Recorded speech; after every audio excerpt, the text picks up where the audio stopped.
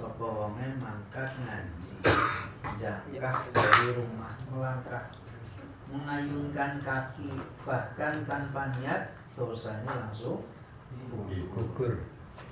Mengayunkan kaki dosanya langsung gugur. Tekan panggonan orang gawa pulpen, orang gawa buku, turun ngrungok ngatok kalau gawa wong simoni. Kue lebih apik daripada sedekah 500 jaran perang. Kue ngendikane Sayyidina Umar bin Khattab. Itu pentingnya wong mangkat ngaji. Pas perhatikan. Bismillahirrahmanirrahim. Salat sunat yang berikutnya. Ini witir wis, rawatib wis, witir wis. Siki dari salatmu kok ini. Wa minas sunnah al-muhafadzatu ala sholati duha wa aqalluha rakaatani wa aktsaruha 8 raka'atin wa qila 12 wa fadluha kabir wa waqtuha al-afdalu an tusalliya 'inda mudhi qaribin min rubu'in nahar. Qala alaihi salam yusbihu ala kulli salami min ahadikum shadaqah. Yusbihu ngalaya kulu salami min ahadikum shadaqah.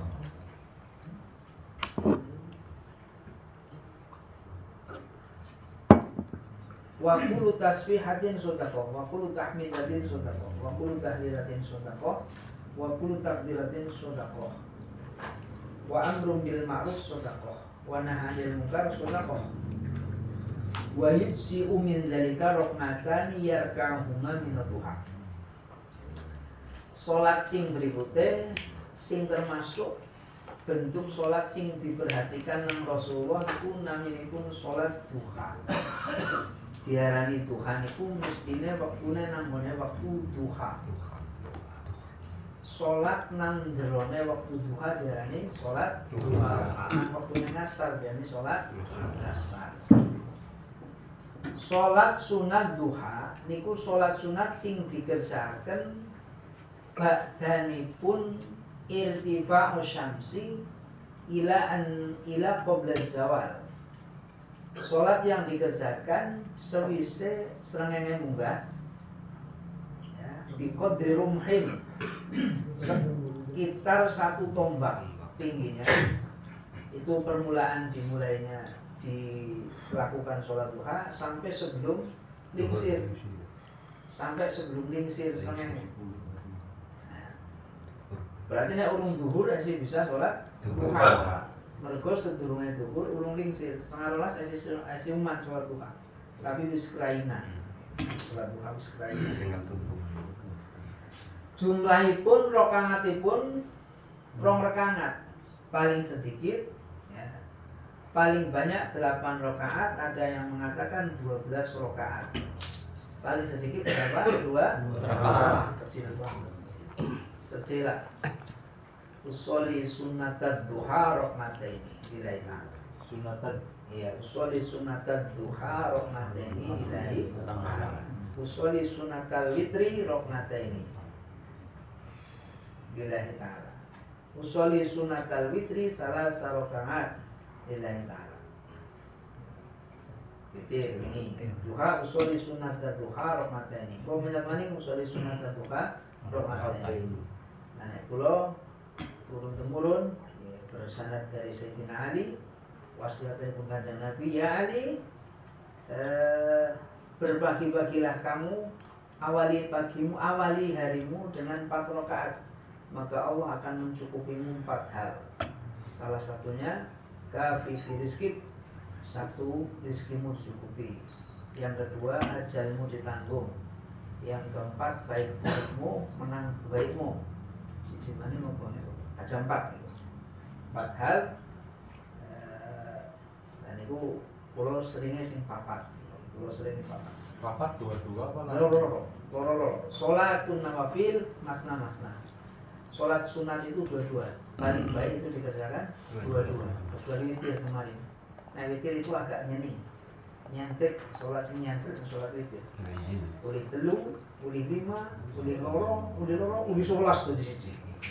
nyentik. Sholat sunat witir. Sholat sunat duha. Keutamaannya itu besar sekali.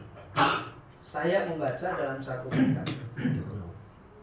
Sapa wonge nglanggengaken sholat sunat duha. Sapa wonge nglanggengaken sholat sunat duha. Nang kuburane niku tidak akan pernah mengalami kegelapan.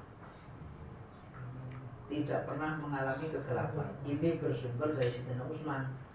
Sebab napa? Wong nek nang kuburan mergo peteng ki ora duwe lampu. Salah satu sini soal lampu ini adalah sholat sunat duha.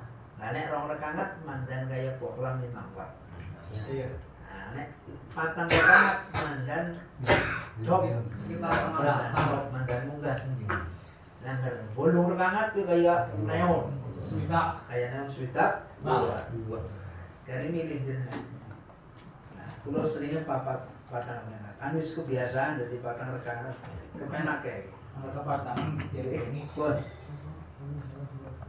Waktunya sing paling afdol itu setelah 1/4 hari.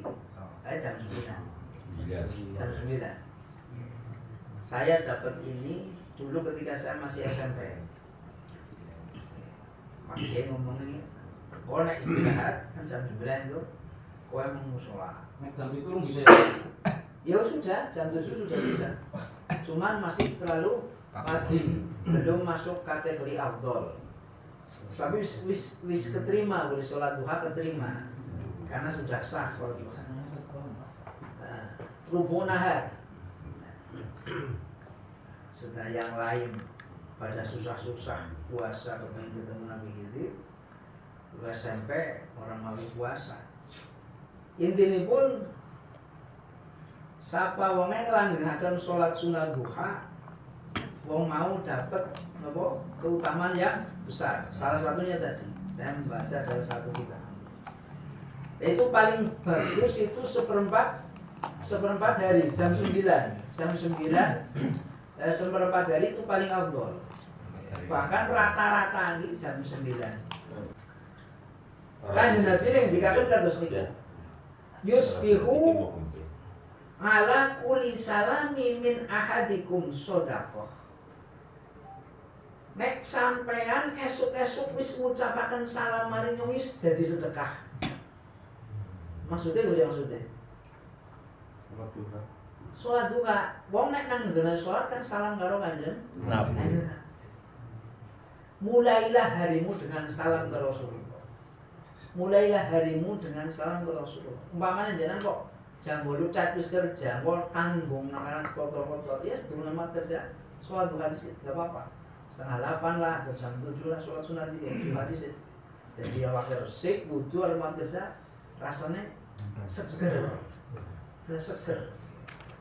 Jadi orang kudu nunggu jam sana nek pancen dengan orang-orang yang very busy. Niku jam itu kena. Wah terserah lah. Niki ilmunya wis dapet iki. Sudah dapet. Tinggal apa? Latihan Caranya masing-masing. Nggih. Pokoknya terserah jenengan enggak harus mengikuti. Wong aku ya ora tau maksa. Oh, bojoku mawon aku ora tau terpaksa. Ayo sholat aja. Nggih.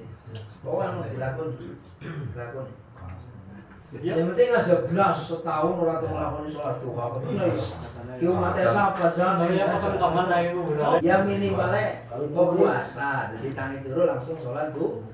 Biasanya sahur terus nah, sholat subuh turu, tangi-tangi jam 8, jam 9, ucap-ucap, wudu terus sholat sunat duha. Kan lumayan ya. Mas, nek sampean esuk-esuk mengawali harimu dengan salam maring aku ingsun kanjeng Nabi, iku bentuk sedekah. Itu berarti anggar awalmu udah sedekah, penutup harimu udah panen. Wis panen lah wong sedekah ke lah maring panen. Jenengan kan karepe kaya kuwe, aweh ning njaluk Wah, jaluk ganti aslinya kan juga aslinya. Orang aja masih. Oh, jenengan sholat duha bener-bener suki. Aslinya kayak nggak apa-apa. Orang kok jelakon. Nanti lama kelamaan saya ngerti. Lama kelamaan ngerti. Rata-rata itu begitu.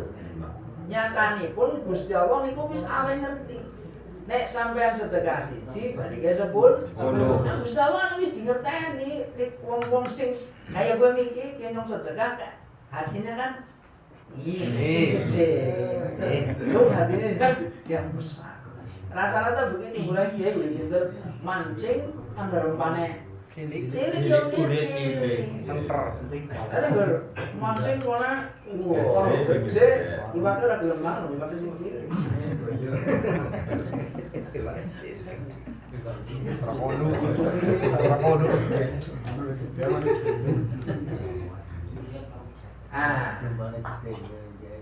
Nang jerone salat ada tasbihnya, ada tahmidnya, ada tahlil, sedekah kabeh. Setiap tasbih sedekah, setiap tahmid sedekah, setiap tahlil sedekah. Ono kabeh nang jerone salat. Yo kabeh-kabeh lakoni uman kabeh. Uman kabeh. Lah orang lagi gimana orang setiap takbir sedekah, perintah bagus sedekah, nyegah kemungkaran sedekah. Itu semua umpamanya itu dilakukan di luar sholat, miki sing bentuknya sedekah dicukupi nang rakaat duha. Jenengan lakoni rong rakaat duha wis seimbang karo miki sing diarani sedekah kabeh. Jenengan takbir, tahmid, tahlil, takbir, sedekah kabeh. Jenengan lakoni rong rakaat duha wis nyukupi kabeh. Kabeh apa itu? Karena gue ape anak nang jero sholat. Udah begitu besarnya sholat, udah begitu besarnya nikmatnya. Iki ranah begini harus diterima. Kalau ranah ini belum bisa diterima lagi, nanti jenjang selanjutnya bagaimana, lebih sulit lagi. Maka terima dulu. Ya nanti tahu jenjang itu. 2 rakaat yang kalian lakukan bentuknya sholat duha itu sudah mencukupi tadi sedekah sing bentuknya takbir, tahmid, tahlil, tahmid. Tapi iki wis dicukupi nang rong rakaat tuh, rong rakaat nang patang rakaat lebih daripada itu. Qala alaihi salam, man hafadha ala sufati duha ghufirat lahu dzunubuhu walau kanat misla zardatil bahri wasufah hiya rahmatan. Barang siapa nglanggengaken rong rakaat duha langgeng, barang siapa membiasakan, barang siapa merutinitaskan 2 rakaat duha, maka dosanya diampuni meskipun dosanya itu seperti umpluknya segara, seperti buihnya lautan. Buihnya lautan akeh apa sendiri. Dosane jenengan umpamane semono paling sithik ya ora apa-apa. Yang harus sithik ora kaya buih lautan. Ya ora apa-apa, tetap diampuni. Cukup dengan 2 rakaat duha. Mereka bahasanya.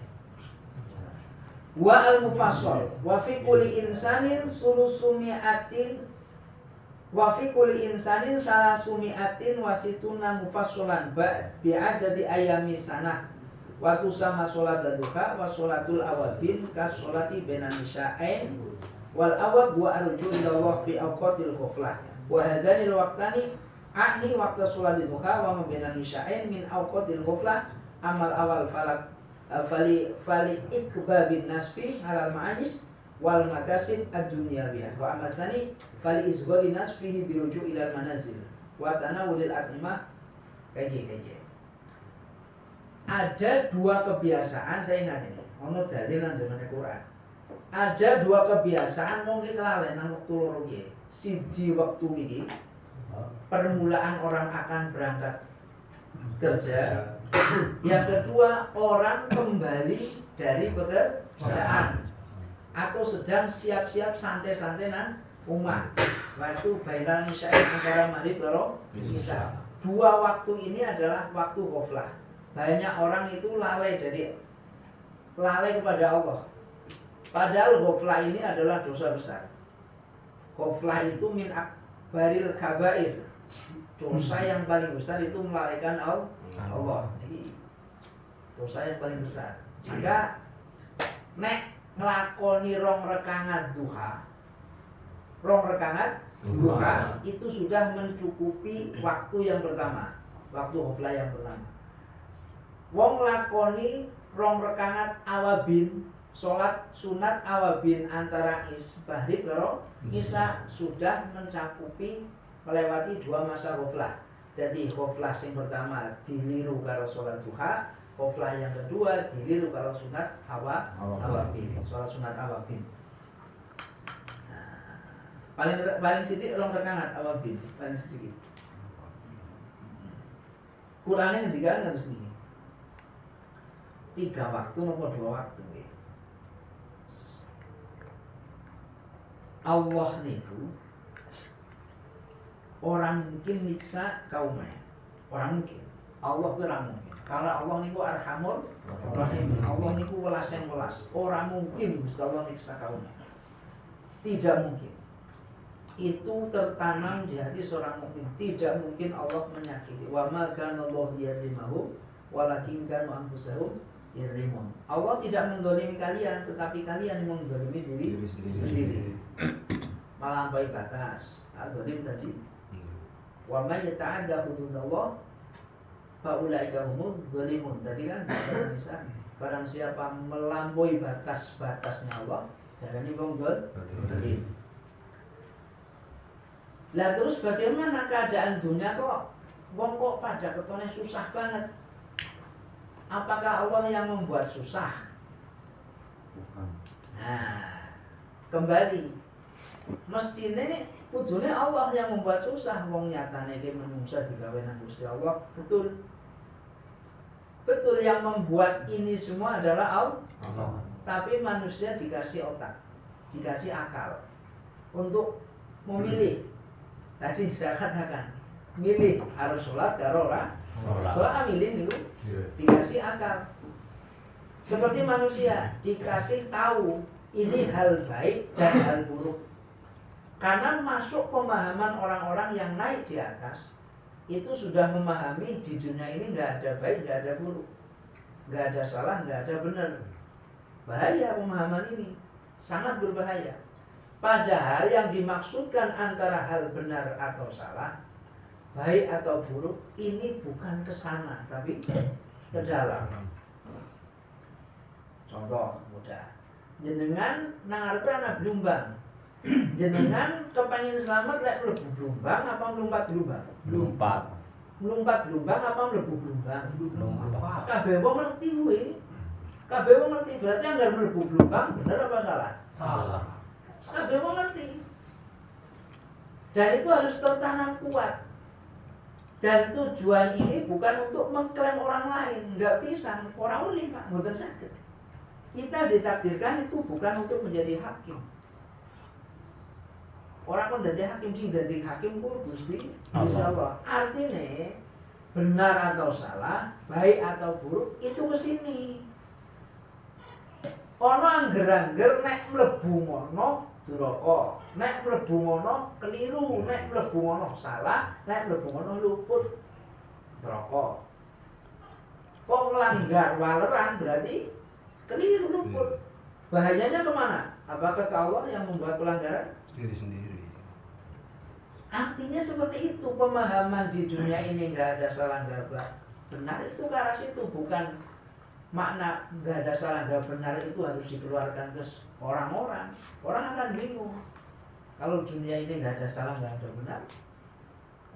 Berarti bagaimana? Seenaknya. Ya wis bojomu tak gawalungan aku. Boleh nggak? Ya problem suwe. Tapi dia bojomu tegawan yang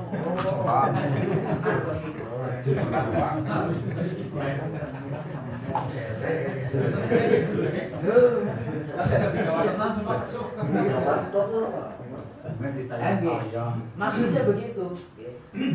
Karena muncul sekarang itu pemahaman-pemahaman orang-orang yang apa jenenge mengikuti aliran-aliran yang mengikuti paham hakikat.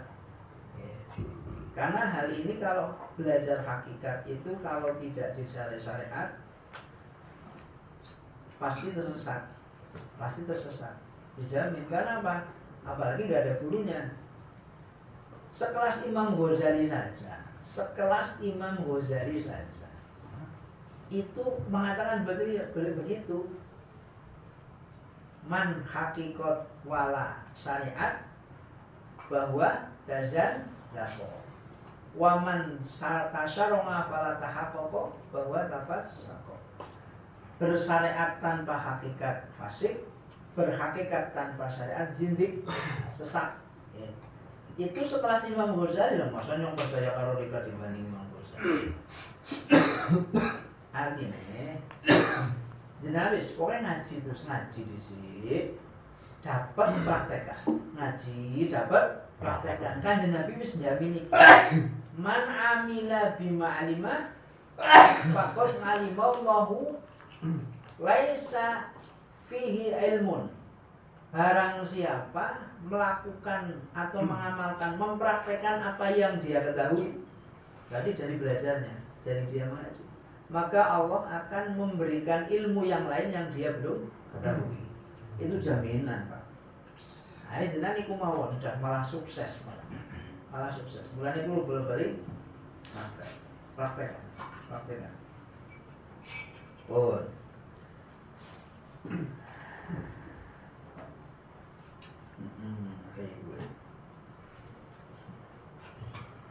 Faman roja'a ila Allah wastaqadha li ta'ati fi hadhil awqat kana indahu bi makanin wa minal mustahab salat tasbih.